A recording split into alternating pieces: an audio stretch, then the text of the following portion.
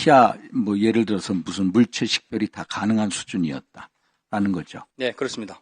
근데 민주당에서는 자꾸 대통령의 지시가 있었다라는 이 민당의 이 왜곡, 선전, 선동, 조작 무슨 느낌을 받으십니까? 그건 뭐 좀 이따 예. 얘기하기로 하고. 그 당시에 우리 단장님은 예를 들어서 국회 기능을 마비시키려고 하는 목적이 있었습니까? 없었습니다. 그러면 단장님께서는 그 당시에 국회 의결 절차를 방해하려는 목적이 있었습니까? 없었습니다. 그러면 단장님께서는 오직 통제 임무만 생각하셨던 거죠. 네, 저희는 최초 부여받은 건물 봉쇄 후 건물을 확보하라는 지시를 이행하는 과정에 상황이 종료되었습니다. 예. 그러면은 단전하라 뭐 이런 지시는 곽종근 사령관한테 통화 중에 들었다는 거였고요. 그렇습니다.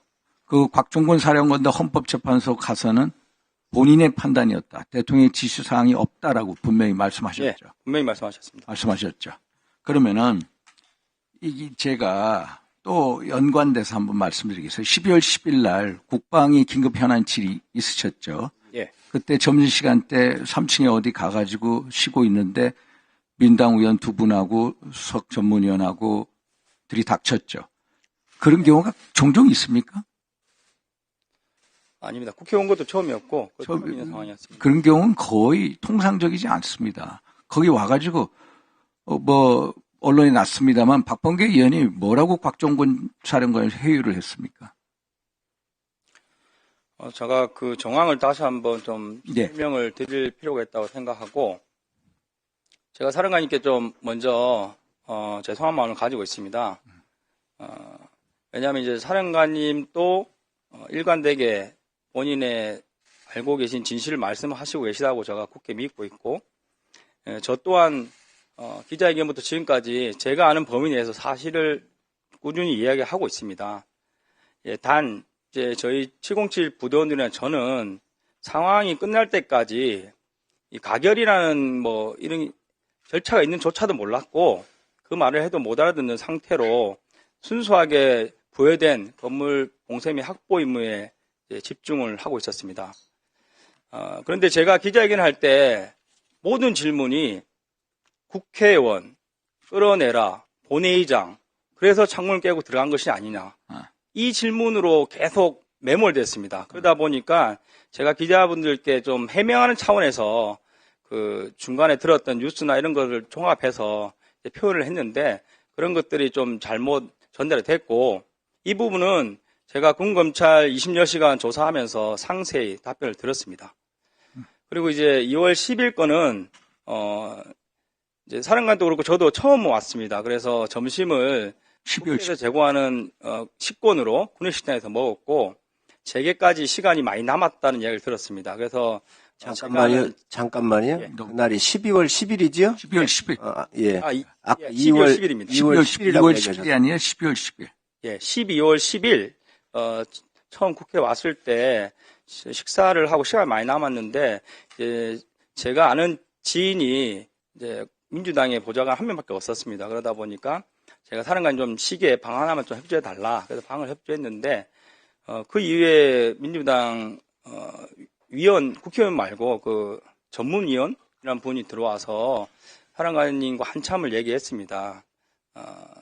그때 이제 뭐 이미 대세는 기울었다, 뭐 민주당이 지켜줄 것이다 이런 말을 많이 했고 그런 와중에 그 위원이 연락을 한 것 같습니다. 그래서 민주당 두 의원께서 들어오셨습니다. 들어오셨고 저는 사실 그날 아침에 사령관님께 전화드려서 좀 일찍 오시라고 했고 주차장에서 30분간 두 명이서 대화를 했습니다. 제가 말씀드린 게 딱 하나입니다. 지난번 며칠 전에 김병지 의원 유튜브 할 때도 제가 반대를 했습니다. 양측 의원 같이 오셔야지 한 측은 아니다. 근데 뭐 여러 가지 이유로 하게 됐는데 어쨌든 사령관님께서 지금 민주당 프레임에 쓰여 계신데 오늘 발언하실 때 중립을 지키는 게 좋을 것 같다. 이런 말씀드렸는데 사령관님께서 오전에 그 질문을 받으시고 저는 이렇게 줄 알았습니다. 기억이 안 납니다. 그런 일 없었습니다. 답변하실 줄 알았는데 정말 저희 사령관님께서 그런 그 거짓말 이런 거 못 하시는 분이다 보니까 말씀드릴 수 없습니다라고 하신 겁니다. 그리고 나서 이제 휴식 시간이 되었는데 그 위원 이야기를 여러 번 듣고 하면서 사실 저도 사령관님께 말씀드렸습니다. 정말 그런 거면 사령관님 오후에 박범계 의원 질문하실 때 답변한 게 좋을 것 같기도 합니다. 이렇게 얘기를 드렸고 그 위에 이제 박범계 의원 들어오셔가지고 여러 이야기를 나눴습니다. 나누면서 처음에는 권유식으로 한번 얘기해 보세요 이렇게 했는데 사령관께서 한번 얘기하시고 그때 이제 박범계 의원께서 노란 메모지에 기록을 쭉 하셨습니다. 하시고 잠시 있다가 한 번 더 해보시겠어요 이런 식으로 요구를 했는데 사령관께서 말한 게 본인이 적은 거가 다르다.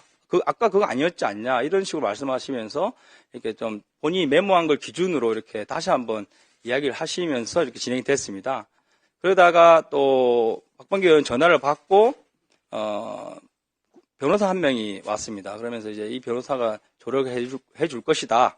그래서 오후에 회의도 배석을 했었고 그리고 그 와중에 또 민주당 의원께서 말씀하신 게 예. 민주당 대표하는 다른 회사 부회장 전문 변호사라고 하면서 외국에서 들어오고 있다. 그거 말씀하시고 이제 질의 시간이라 딱 한마디. 우리 특전사령관 답변에 이제 인풋을 시켰다라는 게 대통령의 두 번째 통화에서 국회의원을 끌어내라라고 현안 진의에서 사령관이 얘기하지 않았습니까? 이걸 얘기하는 거죠. 그래서 아까 그 경위를 쫙 설명해 주시고 이거에 대해서 한번 답변을 주십시오. 인풋을 시켰다는 게 결국은 의원이다, 요원이다, 인원이다 하지만 결국 끊어내라라는 지시 그거를 말씀하시는 거죠. 네, 제가 다 처음 메모를 해왔는데 그 경위를 다 말씀하시면서 이것도 말씀하시죠. 2월 10일 날 그 사령관께서 답변한 내용은 의결 종족수가 아직 안 채워진 것 같다. 빨리 문을 부수고 들어가 안에 있는 인원들을 끄집어내라 이렇게 진술을 하셨고 제가 이후에 12월 9일 전날 검찰에서 진술을 하고 오셨습니다. 자수서란 걸 내고 오셨는데 그 자수서 내용을 확인해 봤습니다. 자수서의 내용은 아직 국회 내에 의결 종족수가 안 채워진 것 같다. 그리고 잠시 쉬었다가 국회 안으로 빨리 들어가서 의사당 안에 있는 사람들 빨리 데리고 나와라 이렇게 적혀 있습니다. 결국은 제가 봤을 때 본인께서 진실되게 자수서를 쓴 내용에 국회의원, 본회의장 끌어내라는 단어는 없습니다. 그래서 이런 것들이 좀 변형되지 않았을까 하는 우려를 하고 있습니다. 네, 다음은